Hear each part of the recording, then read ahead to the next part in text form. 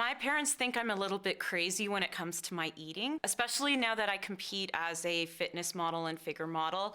The dieting can get absolutely ridiculous. I mean, I have tons of Tupperware containers.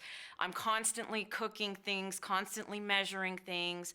I'm eating all these crazy combinations of food and buying all these supplements. Like, my mom thinks I'm nuts. She really does think I'm nuts. I personally believe it's a healthier approach than what I was doing before. When I was younger, I used to eat anything. I was an overweight child and I had high cholesterol, so I was eating tons of junk food. Like, I remember there was one time I ate an entire box of donuts in a sitting. And not to say that I don't do things like that now sometimes, but it used to be really bad before, and that's why I had the health issues that I did.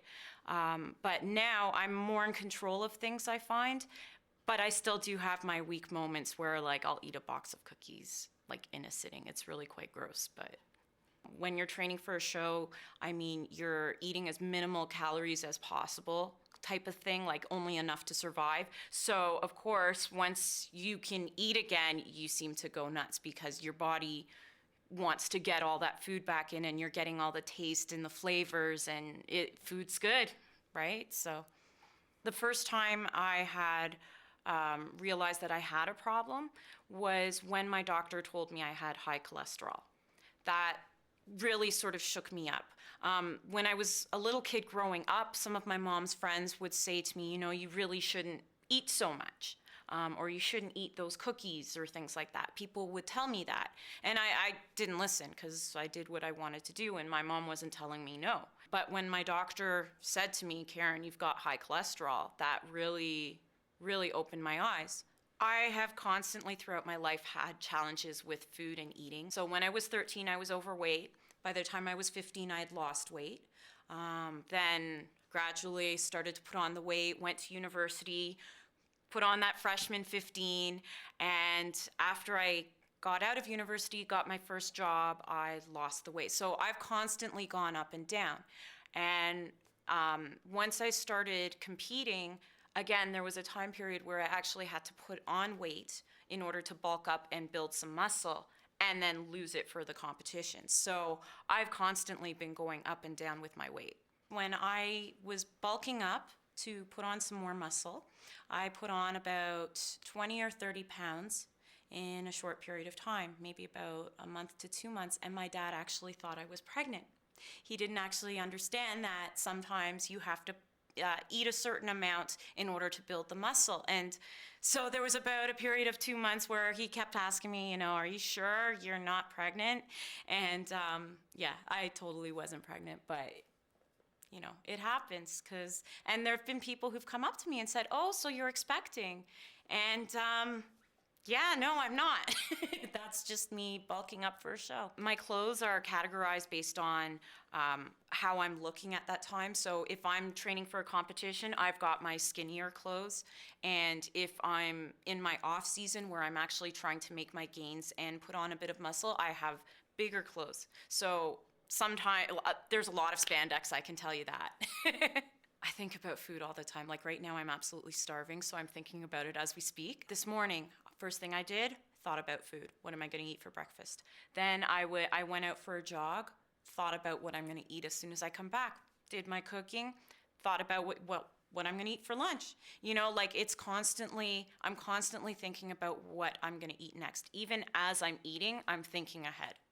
I go to all-you-can-eat sushi, and that can get out of hand for sure, because you put food out on a table, and I will clean it right up and be ready to order seconds. After I've eaten as much as I have, then I start thinking about it. I go, oh, I shouldn't have eaten that. Oh, I might have to go to the gym tonight to burn that off. Sometimes I don't care. I'll just be like, whatever, it happened, no big deal. But usually there is, in the back of my mind, a sense of guilt. In terms of, you know, dating and things like that, my competing has made it very difficult for me to get into a relationship. So I do feel that food in a way substitutes that missing person, just because it's always there. Food is always going to be there in the kitchen waiting for me. It's something to occupy my time. On bad days, I tend to eat anything in sight. So I could start the day off good and I could go throughout the day and be perfectly fine. And then all of a sudden at night, I just want to eat anything and everything. And even if I don't normally eat those foods because I'm absolutely starving, I'm going to eat them. So, yeah, it just gets a little out of hand, and especially when you're training for a competition, that's the last thing you need to be doing. So there's that extra pressure on me to try and not eat, and here I am telling my body, okay, don't eat, don't eat, don't eat, and then of course, I have an episode where I just eat everything in sight. I would say I can be a little eccentric. Just because I'm very extremist. I'm one of those people, either I'm all into it or I'm not into it at all. And I find a lot of people, especially bodybuilders, we all have that similar kind of mindset where, not too many people are willing to do these extreme diets. I mean, who really wants to spend 16 weeks on a very limited diet where you're hardly eating anything? Most people don't want to do that, but we actually do. I just did a competition a month ago, and that was 16 weeks of restrictive dieting. And so for the past month, I've been enjoying myself. I've gone 4 months of working hard, so now I'm going to have a little downtime, enjoy some food again, and then probably in January start up again. Don't know what it is about pizza. Maybe it's, I love especially the thick crust pizza, so probably it's the carb in it, tasting dough, flour, it's the texture, with lots of cheese on it. Get your sausage, your beef, like put some veggies on there. Like it's the perfect food, really. Do I ever feel full? Most of the time, no. Only if I've overeaten and it's gone to the extreme point, that's when I feel full. Otherwise, I could sit there, eat, a ton of food, and I still can keep going. I've done things like leaving notes for myself.